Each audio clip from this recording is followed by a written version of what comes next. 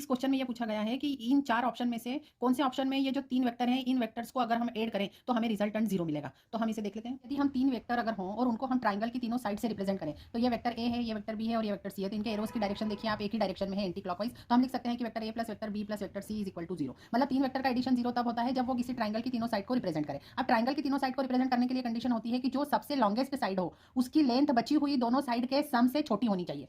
या एक और केस में तीनों का एडिशन 0 हो सकता है अगर दो वेक्टर की एडिशन एग्जैक्टली इक्वल हो तीसरे वेक्टर की लेंथ के, लेकिन डायरेक्शन अपोजिट हो। तो ये दोनों केस में से कौन से केस हैं वो देख लेते हैं। ए में आपके ऑप्शन है 2 4 8, तो 8 है लॉन्गेस्ट और इन दोनों का एडिशन है 6, तो ये ग्रेटर है तो ये नहीं हो सकता। बी केस में यहाँ पर लॉन्गेस्ट की लेंथ 16 है, इन दोनों का एडिशन 12 है, अगेन 16 इज ग्रेटर देन 12, तो ये भी नहीं हो सकता है। यहाँ पर भी क्या होगा, लॉन्गेस्ट लेंथ 2, इन दोनों का एडिशन 1.5 से ज्यादा है, तो ये भी नहीं हो सकता। लेकिन सी वाला केस में हो सकता है तीनों का एडिशन 0, क्योंकि देखिए 1 + 1 करेंगे तो 2, दैट इज इक्वल टू 2, मतलब ये लॉन्गेस्ट के जस्ट इक्वल आ रही है, तो ये वाला केस हो सकता है जिसमें तीनों का एडिशन 0।